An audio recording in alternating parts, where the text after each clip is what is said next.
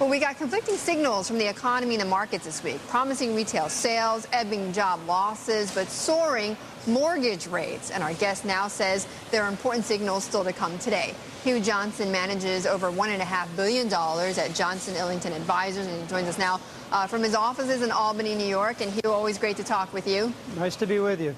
Okay, so we had a lot of moving parts this week. We also had Treasury yields hitting 7-month highs, the dollar falling, but now it's sort of rebounding again. I mean, what's been the most important to you? Well, the most important thing, of course, are always the numbers. And of all the numbers that you take a look at in any given week, you always want to focus on those numbers that tend to tell us where the economy is going, not so much where it is or where it's been.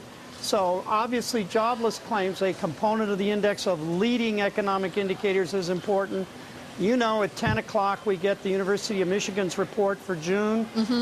Consumer expectations, which is in that report, is a component of the index of leading economic indicators, tells us a little bit about what we might expect down the road in consumer spending. So jobless claims is a very important number. Consumer expectations an important number. Right. All the other numbers, interesting, but not as important as those two numbers. Okay, so we know why the confidence numbers are important. Expected to be at 69.5. That's supposed to be a gain for the fourth month in a row. And if we do get that, Hugh, what is that going to tell you, or what is that going to indicate for you for the market? Yeah, well, it's all very positive. You know, the stock market's turned the corner.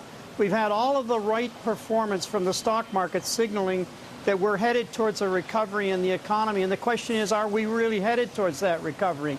And my answer to that question is, I think yes. And the reason I think yes is because all of these leading indicators for the economy, indicators telling us where we're going, are pointing higher. In April, the index of leading economic indicators up 1%. In May, as I crunch the numbers, we'll see the leading indicators in a week or so.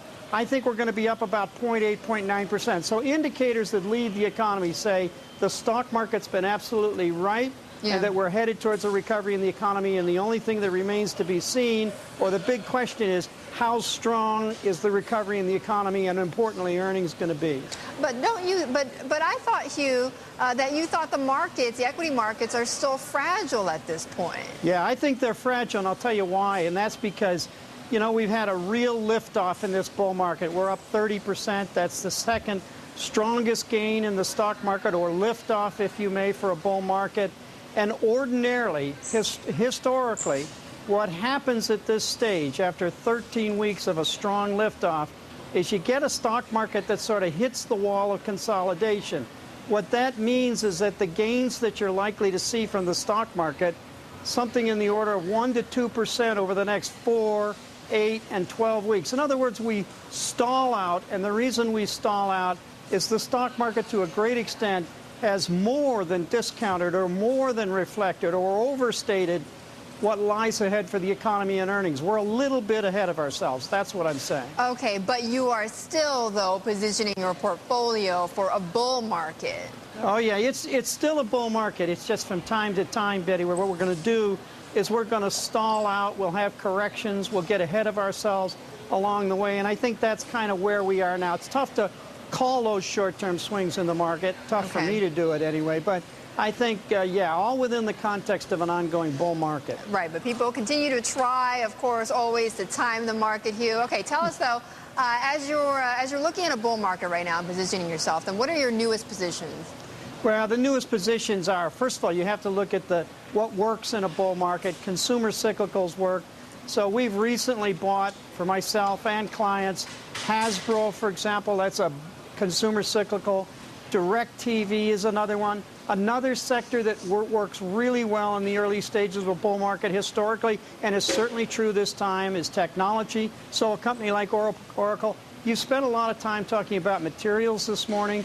We've also overweighted basic materials because that's another sector in the early stages that does well. So those are three sectors and a couple of stocks that do well at this stage. Okay, and Hugh, as we're ending this, tell me, how closely are you watching Treasuries right now? I watch them really closely, and I'll be honest with you, I've been surprised at the rise in, say, for example, the yield on a 10-year, which has gotten up to 3.8, 3.9. It should be lower. It will be lower in my judgment. It's way too high right now. So that's a big surprise. And I watch it, obviously, because I'm worried about inflation down the road to some extent. I'm very worried about the demand on the Treasury markets from the government. Yeah. Boy, that's a wild card that's got to be watched very carefully. It could change the picture. Right, a lot of worries there still for the markets. Hugh, thanks so much. Hugh Johnson, chairman of Johnson Illington Advisors.